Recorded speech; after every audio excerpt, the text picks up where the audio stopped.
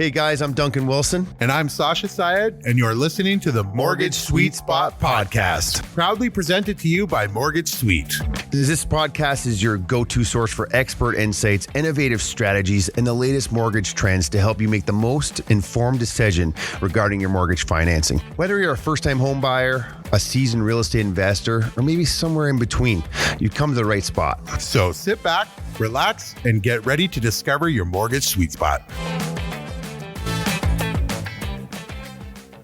Welcome to episode 23 of the Mortgage Sweet Spot. We are here with Olivia Latam from Godfroy Financial. And it's Godfroy Financial, right? Yeah. All right, I remembered. So she's from Godfroy Financial. She's a financial advisor. She's going to tell us about herself and how she got started in there. And we're going to talk about some tips for saving and investing. Hi, so my name's Olivia. I grew up in Boston, Massachusetts, and now I live in Canada. So that's a big part of my personality. I did not know that. If I knew that, I would have said, we got a guest here from Boston. But I'm not American. I always have to make that very clear. Some people will associate that. They'll be like, oh, you're American. No, I'm Canadian. I was born in Toronto. I grew up in Boston. I'm Canadian. So I went to Western, and my mom actually grew up in Windsor. So I went to Western, and then I ended up back in Windsor with family. When I was 20, I met with my uncle's financial advisor, who is a Lynn Godfroy. And so she was my financial advisor while I was in university, which surprises a lot of people to hear that I had a financial advisor while I was in university. But it was, I'm so thankful to my uncle because it allowed me to, buy a car and, get an apartment and all that kind of stuff. And I had an annual meeting with Lynn, and she was, looking to expand her business and bring on some more advisors. And by chance, I was working on my licensing and all that kind of stuff after university. And so she took me on. I joined her in the office, and I've been there for about 2 years now. And It's been going fantastic. I love it. I love helping people. I love educating people, all that kind of stuff. So, yeah. That's what we're going to do here today. So on that note of educating people, a lot of people that we're dealing with these days are first-time home buyers, like a lot of them in the market. Things are very different than when our parents were buying a house. Like our parents would buy a house with a driver's license and a pay stub. And that's basically it. But now, there's all these different savings accounts, and there's all these different requirements, and put your money there and use this for the down payment. And so why don't you tell us a little bit about different kinds of savings accounts, ones that are beneficial for first-time home buyers. We'll just pick it up from there. Yeah, so there's really a couple main ones. Whether you've heard of them or not, there's your tax-free savings account. TFSA. Your TFSA, which every Canadian gets when you turn 18. They opened it in 2009. So if you were already 18 in 2009, you have a maximum contribution room of $102,000. There's your RRSP. That's very well known. A lot of people with work plans, they'll have RSPs, and that's that tax deferred account. I call it a tax deferred account, or some people call it a tax deductible account or whatever. I call it tax deferred because whatever you put in there at the moment, yes, you get, a tax deduction. But whenever you take that money out in retirement, you're paying tax on that later. So that's kind of I call it a tax deferred account. People are like, huh? What do you mean? I'm like, you have to pay tax on it eventually. And then in 2023, the government opened a first home savings account, an FHSA, and that allows you to put $8,000 a year into a savings account that can be invested, and take that money out, all tax-free, growth and everything, and use it towards your home. For the first home savings account, the only way to take that money out tax-free is to use it for the purchase of a home. It doesn't have to go towards your down payment. You can use it for furniture, you can use it for painting, you can use it for whatever fee. If if your house closed or you moved into the house on this day, you have to take it out at least 30 days before you've already been living there. Okay. So you can take it out before, but after that 30-day mark of having the house, you can't take it out anymore without penalties. And you have to be a first-time home buyer, but it's not technically a first-time home buyer. The actual stipulations with having the account is you just can't have owned a home within the last 4 years.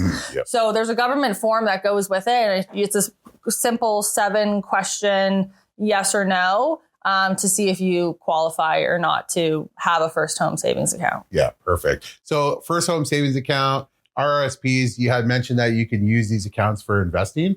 So can you elaborate on that a little bit more? I got, 65 grand in RRSPs. What can I do with it? RSPs are great for some people. I like to use it more. As Canadians, we pay so much tax. Yes, tax we season do. is just done. It's like, it makes me hot thinking about our tax brackets in this country. Yeah. And so with RSPs, I like to use those accounts more in 2 situations. One, if you have a work plan. So if your company matches it, I'm like, absolutely take that free money, take the match. I never recommend putting more than that because there's not a lot of managing happening with work plans. I had someone come into the office a couple weeks ago. They haven't had someone review their work plan with them since 2014, and they only made 3.7% since 2014, which is very painful to tell them, but it's in the statement. So with work plans, they're great with that free money, but not great in terms of someone managing them, making sure that they're in the right funds, that they're growing how they should be growing. And then the other way to use your RSP would be for tax strategies. So what I do with a lot of my clients is come beginning of January, I'll do a mock tax return for a lot of my clients, basically see if they owe, see if, what their situation is. And then if they're in a situation where they might owe a couple, $1,000, what we can do is we can dump some money into your RSP. You get those first 60 days of the year for it to contribute. Oh, nice. So dump some money in and it's your savings and then you don't have to pay tax. So those are my 2 main reasons for using the RSPs. A lot of younger clients will say, my parents told me, save in RSPs, save in RSPs, save in RSPs. But the truth of the matter is, which I had already mentioned, is you're getting that tax deduction this year, which is great. But 20, 30 years down the road, when you go and take that money out, thinking of how much tax you're going to pay on that money is just painful to think about, honestly. Okay. So if you're making, right now, if you're making between $50,000 and $90,000, you're paying 30% tax, 29.65%. So whatever you put in your RSPs, you can think of it as kind of like you're getting 30% back because it'll just lower your income by 30%. Fast forward 15, 20, 30 years, whenever you're going to retire, when you take that money out, are you going to be paying less than 30% tax on that? Probably not. No. So, it used to be, when you're retired, you'll be in the lowest tax bracket ever. That is just not the case. Yeah. So with first home savings, then, are there tax benefits with that one? That's a tax deductible account as well. So whatever you put in your first home savings account, you get to, claim that on your taxes. So somebody making, between that $50,000 and $90,000, if you're able to save $8,000 in this year, you put that on your taxes, you're looking at a refund of around $2,000, $2,300, something around there. Good. So I'm like a first time home buyer and I don't have any savings account. Which one's better to get started with? What I typically do for that situation is I will have people start saving in their tax-free savings account, especially if you're just starting out investing and saving. Some people come into my office and they get nervous about putting $100 a week away. And I always assure them, it's very doable. Trust me, you're not going to email or call me in 3 months and say, you're short. It's really doable. We can easily spend $100 a week if it's not being saved. So what I typically recommend is putting into the tax-free savings account. And similar to the RSP, what I do with a lot of my clients, and I just, keep track of it, save in the TFSA throughout the year. And then for the first home savings account, the deadline is December 31st.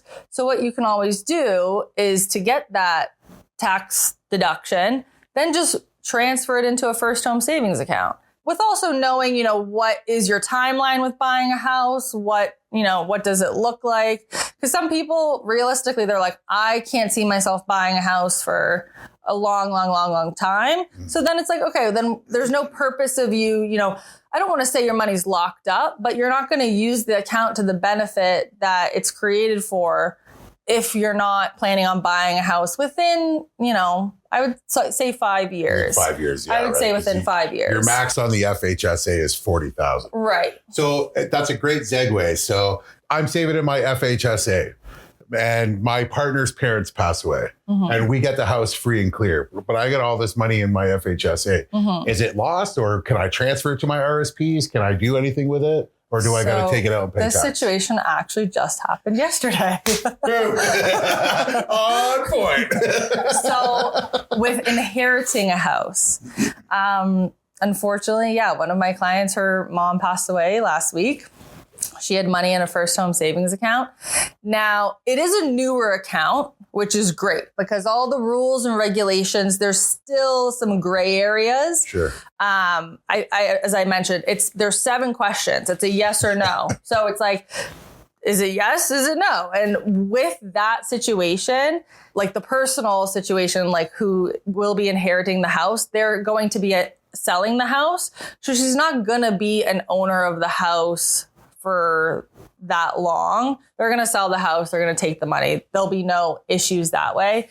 If you wanted to claim ownership, one of the other strategies that we were kind of discussing at that time is because you can pull that first home savings account money out, not for anything, for new furniture, painting. It doesn't have to go towards a down payment. Oh, okay. So you can use it for anything related to purchasing that house. Exactly. Then. So interesting. Okay. That's something another option we talked about is, okay, you're inheriting the house. Let's pull it out now before you become official owner of the house. And then you can use it for, paying off the rest of the mortgage or, revamping it to sell later. Whatever kind of those options are. Okay, great. So for investing and stuff like mutual funds and all that kind of stuff, like self-directed RSPs or all that, do you manage that stuff, or is that all stuff that's on the board to use? Yeah, so I'm a fund manager, wealth accumulation, all that kind of stuff. Where I'm seeing a lot of people get back to this tax conversation, you can save, you can invest, you can find someone to do it for you. That's fine. But if you don't have a tax strategy, all that money is going to end up going to the government. It's going to end up going to creditors. It's going to end up in places where you don't want it. So really coming up with a tax plan is so important with investing. But I see a lot of people doing self-direct investing, whether they're using Questrade or something like that. I always encourage it. I think it's good for education. I think I have a Questrade account myself. I think it's nice to stay involved in the stocks. What a lot of people don't know is you have to pay capital gains on that. So whatever money you make, that's added to your tax bill. So again, if you're, making $80,000 a year and on your investments, you made $100, 30 of that is going to the government. So just knowing where you're going to get taxed is the most important thing, I think personally, because I see horror stories every day of people trying to retire or people, getting older and they've got hundreds of thousands of dollars in RSPs, and just say, if when they pass away, if you've got over $250,000 in your RSPs, that's going on your income. Now you're in the highest tax bracket, which in Canada is 53.35%. So that's only if you're making... Who wants to be rich in Canada? That's $250,000.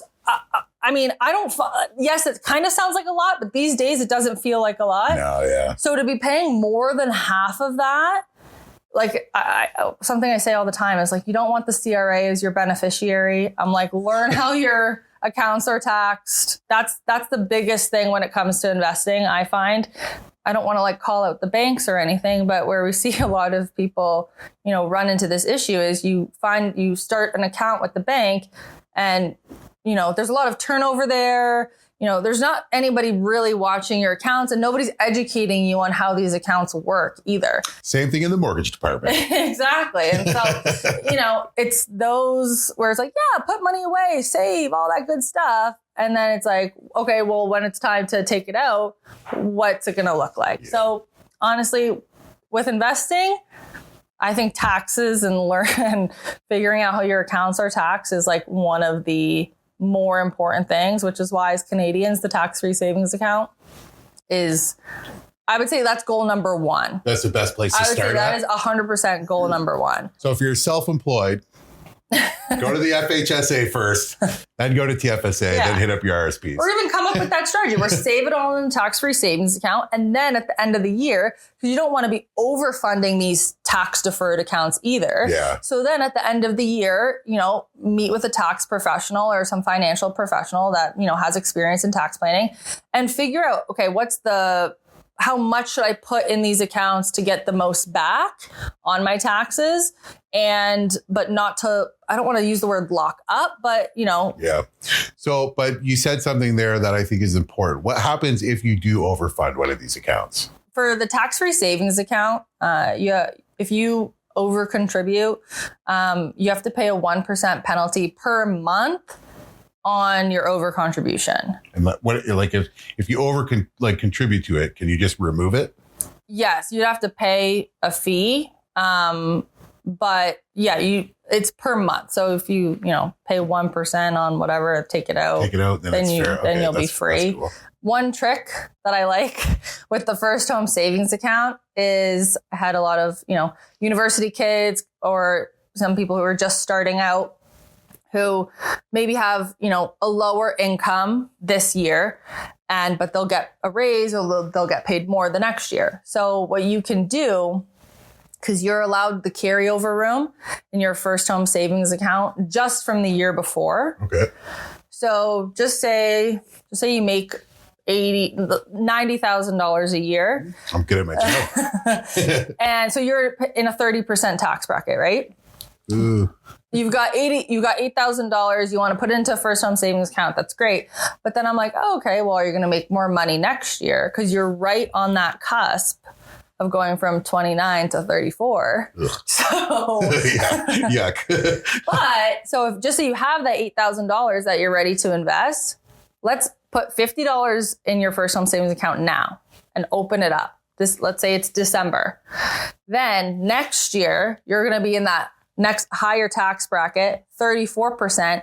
Now you can put $15,950 in there. And you already had the 8. So now you're just technically saving another 8. Yeah. But now you're getting a 34% tax deduction on $15,950 as opposed to 30% on $8,000, 34% on $8,000 kind of thing. Yeah. So you are allowed the carryover room from the year before. Okay, interesting. So that's the one little strategy that I do.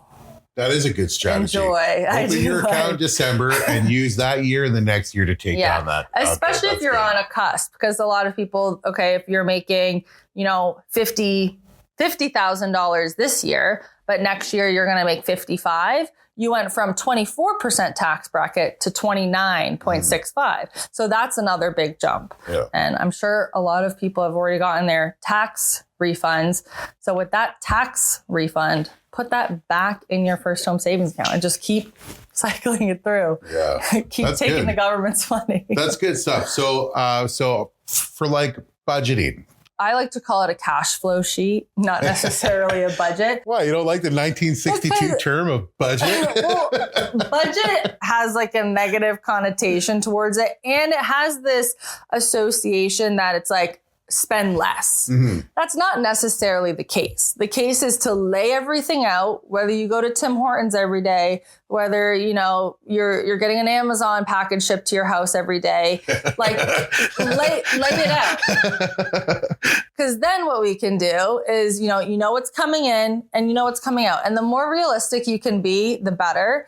And then what's left is your surplus. Then I like to say, okay, now with this amount, this is how much your financial plan is going to cost. So what I do is I make a plan for people based off of their goals, their timelines, what they want. Some people need a car. Some people want to move out of their parents' house and get a house themselves.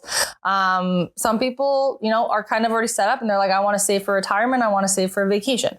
So whatever that number is, how much is going into retirement savings? How much is going into, fun savings for vacation? How much is going into emergency? How much is going into insurance, right? How much is going, because you can grow your money, but then there's the other half of it, which is protecting it, which nobody thinks something's bad is going to happen to them until something bad happens to them. Exactly. So protecting yourself as well. On the occasion, people will come in and be like, oh my goodness, I had no idea I spent that much. And we're like, okay, well, you're not kidding yourself. Well, let me tell you, I tracked every single penny in and out last year for the whole year. And I don't even care. I'm going to say it, but I had a little over 10 grand in food that I ate outside. Yeah. It was crazy. We're talking coffees, realtor lunches in the office, lunches out, taking my parents out.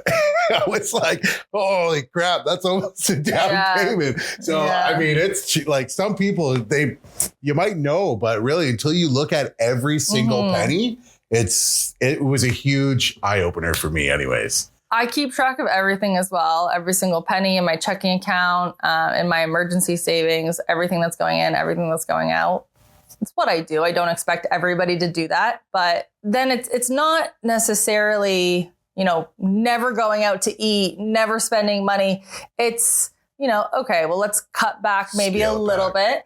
And then also what I see a lot of is with that investment, when you see that money working for you and growing for you, even in a month's time, right? If you made, $120 on your investments in a month, there's a lot of positive reinforcement there. Oh, yeah. And especially being young, if you can be disciplined when you're young, all those sayings that people hear, it's like, oh, if you put $100 away since you're, a month, since you're 18 years old, you're going to be a millionaire. Like it's all true. Why it's so uncommon is because people have kids and life happens. And a lot of people have to pull from their retirement accounts, in their middle ages. And so preparing for those situations. Yeah. So I love working with young couples, especially because I'm like, hey, if you don't have a kid yet, now's the time, let's bear down, let's put a bunch of money away. And ideally in 10, 15, 20 years, you're going to have so much money. You're going to have the surplus to pull it out of your investments and go on a vacation, pay for your kids' college, whatever it is. Vacation. That's what I like. So the last thing I want to touch about is on our side, we have to offer mortgage protection insurance. We legally have to offer it. Okay. But the thing is they make us offer it, but they don't tell us how to talk about it. And I'm not an insurance agent. I know you're not an insurance agent either, but what I understand I do insurance. Oh, do you? I'm licensed to do insurance. Oh, are you? Oh, yeah. My bad, guys. My bad. She's not just a financial advisor. She's doing the insurance too. I can do it all. What I was getting to though was the life insurance policy. Well, I guess then, you have to be, it's life insurance then, right? So what I understand is life insurance is kind of a better product or a better avenue or vehicle to use to protect your insurance in the case of a sudden death or critical or something. So can you explain that a little bit for people that are anybody that tells me that they're starting the process of looking for a home? I always say they're going to talk to you about mortgage insurance. Ignore them. It's expensive. It's not flexible.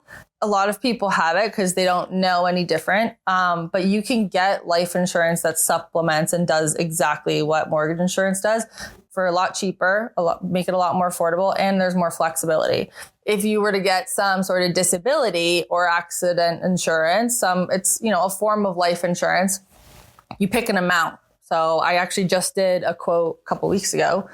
He's 29 and he's like, okay, my monthly expenses, if my mortgage is going to be this, I'd want, around $3,000 in disability if something were to happen to me. It costs him $34 a month. Oh, that's nothing. The other thing, so that disability insurance is tax-free and then you can use it for whatever you want. The plan would be to make sure your mortgage payment is covered. But, groceries, whatever other expenses. So the insurance company will give you a check tax-free and you can use it however you see fit. So in the case of like a sudden death or unexpected death, because again, I don't know much about it. They don't teach us. So what I understand though is like with the protection insurance that we have to offer, they don't pay back the whole loan amount. I could be wrong because again, I'm not an insurance guy. But with a life insurance policy, I hear they pay the whole thing back. So can you clarify that a little bit? Well, with life insurance, you can, back to flexibility, you can use it however you see fit. You and your partner, you and your spouse, you buy a house, you've got a $300,000 mortgage on it. Maybe you have a couple of young kids. You go, okay, what's smart? Maybe let's get $500,000 in 20-year term insurance. But something horrible happens, the other spouse will get $500,000. Okay, that's what it is. Tax-free. Life insurance is tax-free. So now you've got $500,000. You can pay off the mortgage in full. You can do whatever you want with it, right? Yeah. So you don't need to use it for your mortgage. You don't need to use it you can choose to use it however you see fit, kind of thing. Yeah, I guess I just misunderstood all that a little bit because they never taught us how to do insurance. Yeah. They just taught us how to organize money. So. Mortgage insurance it's in the name, like it's for the mortgage, right? And so, it's good. Like it's always good to have insurance. It's good to protect yourself. That's all good stuff. It's not bad if you have mortgage insurance. But there's not a lot of flexibility with it. Yeah. So just having your mortgage included with your life insurance policy is just kind of more flexible and overall better. Right. Okay. Right. That's good to know. Right. I mean, is there anything that you want to bring up that maybe we didn't touch on? The one thing I guess I will say, and I don't mean this to sound harsh, I know it feels like stuff is expensive, and I know it feels like you can't, like moving out is, impossible. I promise you it's not. Like once you see that money growing and working for you, and even if it's $50 a week, like you start small, there's a lot of positive reinforcement, and it's not impossible. I feel like a lot of times people, I'll never move out. I could never do it. I could never buy a house in this economy and da da da da. And sometimes it does feel that way, but I promise you it's not. I think it all starts with we get our money and we see it and then we go and spend it all with our debit card. So we don't actually see what's what until we look at our account and there's a zero balance in there. Yeah. So, I mean, it sounds like the best way to get started is just to book an appointment with Olivia, go sit down, talk about your finances and, your goals. And she's going to put it all down on paper for you. And she's going to show you what's up and she's going to give you a roadmap to success. So on that note, how can people get a hold of you? Text, email is easiest. Should I plug myself? It's up to you if you want to share your contact. So my email is Olivia at godfroyfinancial.com. And my cell phone is also my work phone. So I'm available all the time. Like a true broker. It's 226-724-6117. You have a website? Godfroyfinancial.com. So that's our website. Well, thank you so much for your time. I appreciate you coming no worries. in. Thank you. That was awesome. Yeah. And that's a wrap. Ladies and gentlemen borrowers, thanks for tuning in to the Mortgage Sweet Spot. If you have any suggestions for upcoming episodes or questions for our hosts, me and Sasha, throw them in the comments below. And if you enjoyed the podcast, please subscribe to our channel on your preferred platform. We're available on Spotify, Apple Podcasts, or you can check us out on YouTube. Once again, thank you for tuning in, and we'll see you on the next one.